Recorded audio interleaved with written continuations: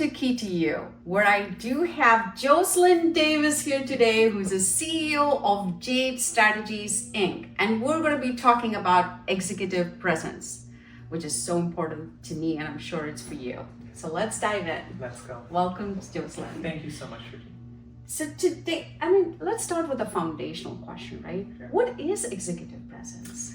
That's a great question. It is so layered. So executive presence really is about two things in particular: charisma, and it's about gravitas. Okay? That's presence. Yeah. Leadership is very complex, right? Right. When we're specifically talking about leadership presence, it's about being able to handle pressure and demonstrate that you're handling pressure, which is most important. How do we do that? So I'm going to talk about that in two ways. One, the dealing with pressure is different from how you demonstrate that you're dealing with pressure. Exactly. Okay? The dealing with pressure and demonstrating pressure, demonstrating dealing with pressure means that you are holding your cool under pressure, even when others are not.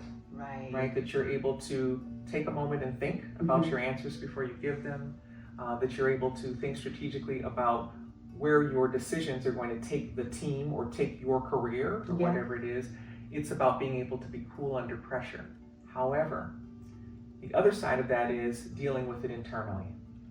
And that's where... You touched the key point. Yes. Because to me, it's like you're being cool when you're under pressure in how you operate with your team, with your peers, and with others. Right.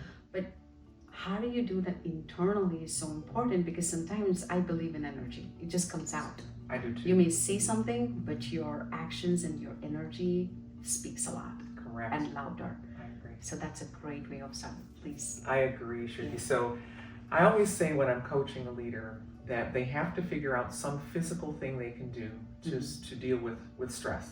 Yeah. Because as we know as leaders, we actually have to have a positive attitude at all times, because we're leading a team, we're leading an organization or a community, and so they can't see you stress, because if they see you stress, they will stress more than you're stressing, because they're expecting you to lead. You coach me that. Right, I sure did. So what I always say is, and I like to use physics as an example, the science of physics, which is that two things cannot occupy the same space at the same time, so you have to clear your mind, right, in order to be able to function and be effective in your role. But more importantly, it's about energy. It's about that stress is actually physical energy. Right. If stress was not physical energy, then stress would not cause so many physical issues or challenges. I would agree with you. Such as sleeplessness or too much sleep needed, or illness, or just anxiety. These are all physical things that happen to the body and happen to the mind, right? So I believe that you have to find something physical to do to relieve yourself of the physicalness of stress. That's true. So I always ask my coachees to figure out something physical they can do, because sometimes they'll say to me, to deal with stress, I like to read, or I like to watch a television program. I like to dance. Dance is perfect. Yeah. Shruthi, that's perfect, because it's something physical to do to combat the physicalness of stress. Beautiful. So, I do want to know, I do have 5 key questions that I've listed down, but I'm going to go through that with you. Sure. How can leaders identify gaps in their own self? And how do they immediately address that and operate differently in their organization? It's a great question. So Shruthi, sometimes leaders know exactly where their holes are, where their gaps are. But they don't seem to understand the gaps, or don't believe that they have a gap. Yes. So that's why I was just trying to... Okay, go ahead. Sorry. No, that's a good question. Yeah. Because you're right. A lot of times there will be an issue between the leaders and the followers, those their team, and they don't really understand it. Anytime a leader feels that there's some sort of a friction, that something's not going well, that they're not getting the buy-in that they need from their team, things of that nature, then there's a gap of some sort. A lot of times what leaders will do is assume that the problem is the team member. Right? You're completely agree. I did that too at one point in time. And it can be. Sometimes it is. And actually probably 50% of the time, and I'm throwing that statistic out there. Yeah. It is. There is some issue with the team member, but I suggest that any leader who's chosen a team member, they've seen something in that person that means they'd be great for this role. So now let's look at what is the system doing? What are the processes and procedures in place that may be causing some sort of a problem with this employee? What is the communication like between the leader and that employee? What is the communication like with the team? Which is why not only does my organization do team building, we do leadership development, maximizing that leader's ability to their role as an innovator and a team builder, but also team building, which is very important, to build that trust between team members and help them understand how to be most efficient. That is a beautiful way. So that what you do via JADE Strategies, but also you do coach in the Inforum, where I got coached from you. So what you're saying is all of these attributes and how you work through will automatically help you build that executive presence. Most definitely. Okay. Most definitely. So what are the biggest mistake leaders make that undermine their executive presence? Lack of self-awareness. So that really does build on what we were just talking about. That lack of self-awareness. So instead of understanding what role they play in whatever's happening, whether it's success or it's failure or it's somewhere in between, it's understanding what role they play in that and how they can actually play that role better. And maybe I want to talk to you, maybe not today, but then, how do they understand and some of these industries right now is ambiguity. Ambiguity is high. So how do they define their role? People are not going to tell you, hey, this is what your role would be and this is what you need to do based on where you go up. You got to understand, you got to be able to study. So that is something that I'll deep dive in the next time. But that's a good point. Thank you, Joscelyn. So how can leaders balance approachability with authority to create a presence that fosters both trust and respect? Oh, what a great question, Shruthi. So I find that is comes up a lot when I'm actually coaching others, and that is I want to be friendly with my team. I want them to like me, which is confusing, because it's not really likability you want. It's your ability to lead, to influence, to negotiate, to be able to get buy-in for ideas that the team member might not think are in their best interest, So I like to say this, and this is going to sound harsh, but your team members are not your friends. They're not. Listen this, your team members is not your friends. No, that's the key point. I like that, Joscelyn, and I still remember that. That is one of the slogan that I do have. Your team members are not your friends. But what leaders have to remember is just because the word friend is not involved in that relationship doesn't mean they can't be compassionate, empathetic, interested in their team members and understanding who they are and what their needs are, and that's very important for a team leader to know. But at the same time, we're not going to braid each other's hair. I agree, and thank you for saying that. So this is something that I feel is so important right now in how the market is hybrid working or the remote work environment. So how can leaders project their confidence and authority through virtual platforms like Zoom or Teams or other I think these are the two mainly used right now. So how do we present ourselves hey, we know what we're doing. We're the leaders. How do we do that? Well, first of all, leaders are setting the tone on what that looks like, that relationship looks like with team members who are working remotely. They're setting the tone. So what I find is sometimes the leaders will get as relaxed as they would be if they weren't on a virtual platform, and they're not dressing the part. They're not really. Does it matter? It matters. It absolutely matters because you're setting a tone, especially when you're working with a team that actually works with customers or clients. Okay. Yes. Even if they do that remotely, it's still important for them to be as professional as possible. Here's the reason why. I also do a course on business etiquette. I've done that with several clients where I'll go in with their team and I'll take them through a business etiquette sort of series where not only are they doing meet and greet, but they're doing remote. How do I have a remote relationship with clients? They're doing business dining, just all kinds of fun things. That's interesting. one should really take that. I would love to take that because, for us, we are hybrid right now. In our company moved into, hey, leaders, we gotta be 3 days a week, which to me is important because you need to build a relationship. But I want to touch 2 ways, right? One with your team and one with your peers and about remote. And if you could touch that piece of it. Yeah.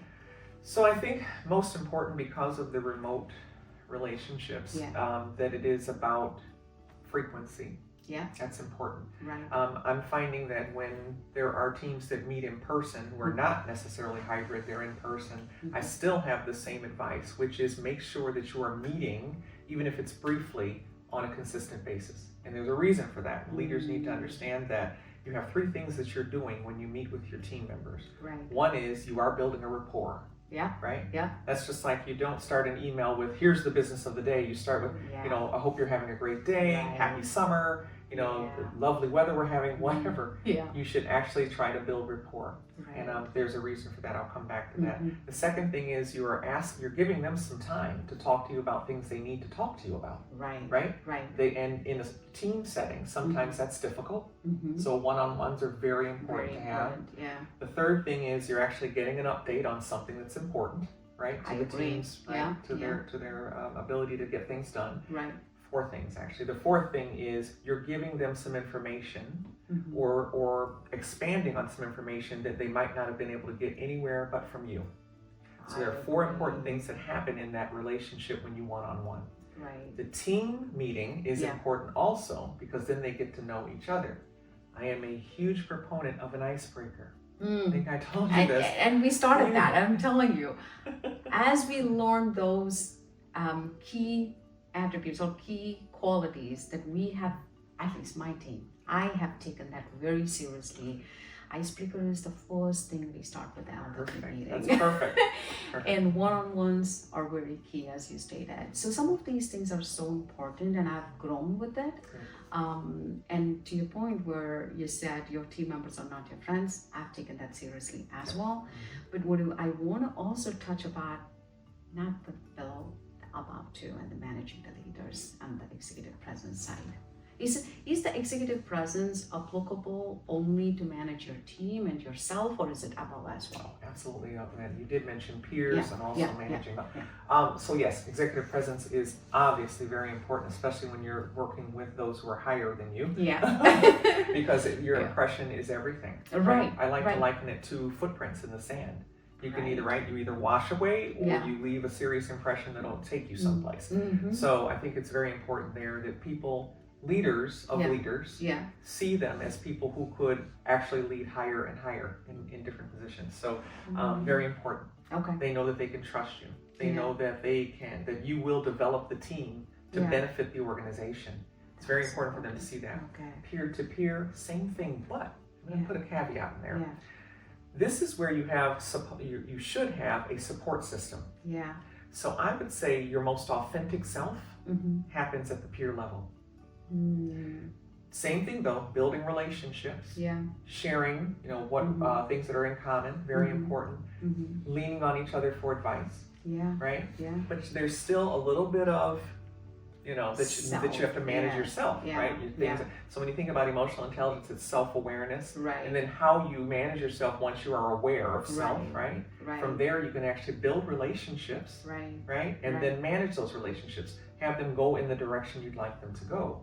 So in order to do that, you do have to keep some mystique about you. But this is, to me, the place where you can be most authentic is with your peers. And I'm a huge proponent of creating at least one, if not several, peer relationships so that you can bounce off of each other ideas. I love that. And I've taken that also, advice what you I'm gave so me. Happy.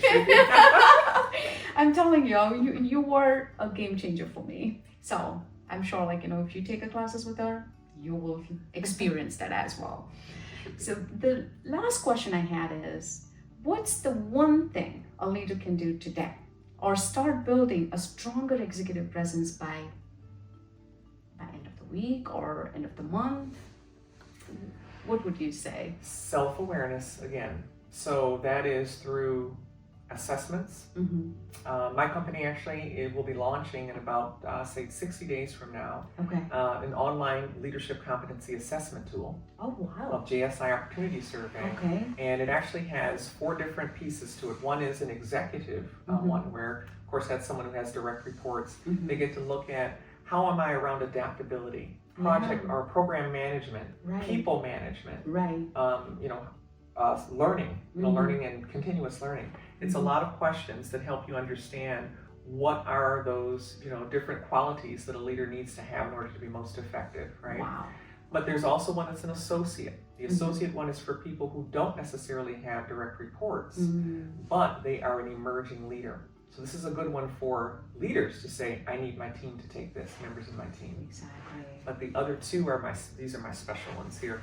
One is the Executive Alliance, the other is the Associate Alliance. And what they are is it's an ability for the boss and their direct report, whether that's a CEO and their vice president, or if it's a director and their manager, to both take an assessment for that one employee. They take them separately, they get a report back that gives them side-by-side comparisons of the scores.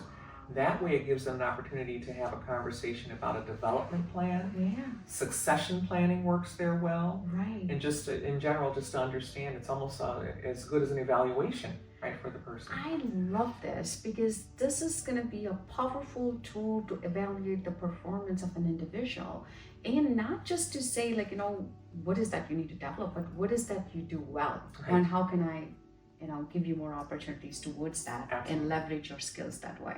Absolutely, and I always say that too, and that is that you want to understand the strengths, you want to understand where are the areas for improvement, but how do you leverage those strengths? It's what you're saying, Shruthi, to actually help yourself improve in those areas where you need to. Right. This actually helps with that. That's awesome. I have one more thing I want to say about assessments though. Yes. This is any assessment, including the JSI opportunity surveys or any assessment.